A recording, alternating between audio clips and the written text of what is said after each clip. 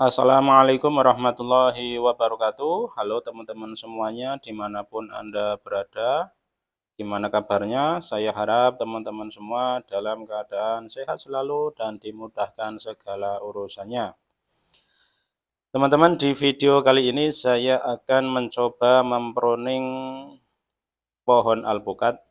Saya akan memotong beberapa daun alpukat yang di hadapan teman-teman ini. Ini usianya kurang lebih 4 bulan jalan ya teman-teman. Saya tanam di planter bag. Kenapa saya mau pruning? Saya mau potong beberapa daun karena sudah terlihat banyak daun yang bergerombol. Di situ saya perlu melakukan pemotongan beberapa daun agar daun berfungsi secara efektif.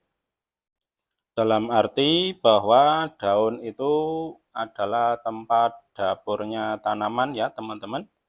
Daun adalah tempat tanaman memasak nutrisi yang diserap oleh perakaran maupun bagian tanaman yang lainnya, kemudian diarahkan ke daun, dapat sinar matahari, kemudian terjadilah proses fotosintesis, yang mana nanti akan menghasilkan sari-sari makanan yang dibutuhkan oleh seluruh bagian tanaman.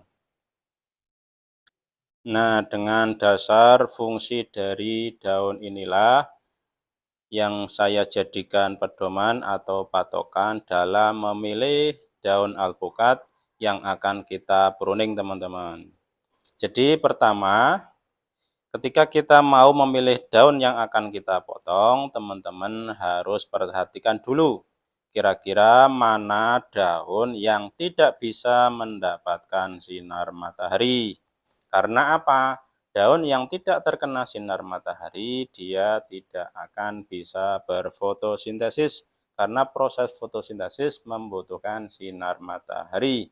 Artinya di situ terdapat banyak nutrisi yang diserap, daun tidak berfungsi untuk melakukan fotosintesis, daun seperti itu bisa kita buang saja karena menyerap banyak nutrisi tapi tidak bermanfaat untuk tanaman.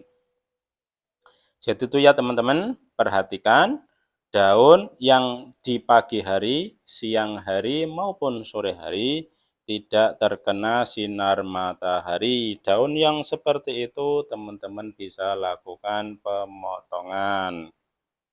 Ini yang makanya yang di hadapan teman-teman ini adalah kondisi di mana daun sudah banyak yang bergerombol, teman-teman.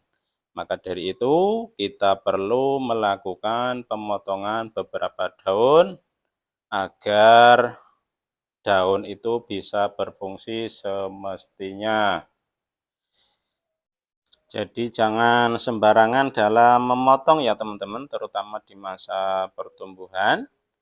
Jangan sampai kita mempruning tapi malah mengganggu pertumbuhan dari tanaman alpukat. Karena logikanya begini teman-teman, semakin banyak daun yang bisa berfotosintesis atau memasak nutrisi yang diberikan, tentunya akan menghasilkan banyak sari-sari makanan. Jika sari-sari makanan terdapat banyak pada tanaman, ya secara otomatis itu akan membantu dalam percepatan pertumbuhan pada tanaman.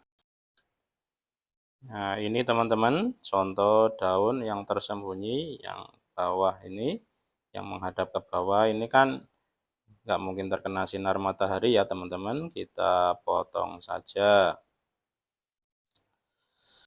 Ini ada cabang baru teman-teman, ini dulu bibitnya saya beli BS-an. Saya katakan BS-an karena harganya murah, bentuknya pun jelek, melengkung. Ini saya coba tumbuhkan cabang baru. Saya ingin atasnya mencoba untuk bentuk melebar. Jadi nanti di atas batang utama itu terdapat 2 percabangan besar. Kenapa saya hadapkan ke timur? Karena secara naluri tanaman itu kan tumbuh mengejar sinar matahari teman-teman. Jadi Inilah yang saya lakukan teman-teman untuk memancing tumbuhnya tunas di bagian tertentu, di mana di situ saya ingin tumbuh percabangan, saya hadapkan ke timur dan alhamdulillah ini yang hijau ini adalah cabang baru, semoga nanti bisa menyusul percabangan yang sebelah kanan.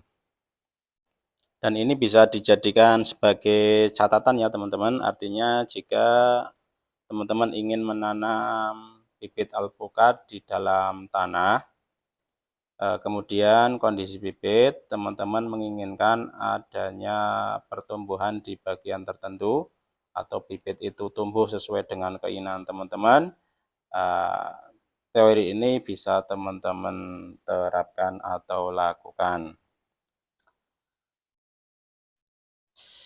Lah ini hasilnya kurang lebih kayak gini teman-teman. Jadi saya dalam melakukan pruning itu tipis-tipis saja.